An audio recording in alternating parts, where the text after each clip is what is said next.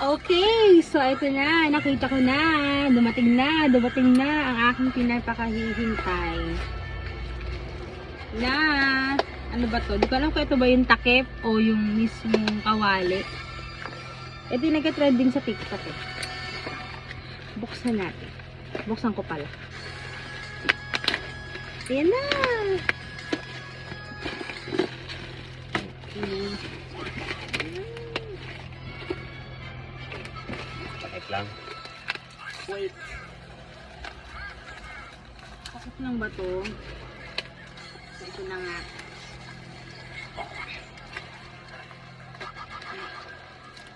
Wala kasi kaming gunting eh.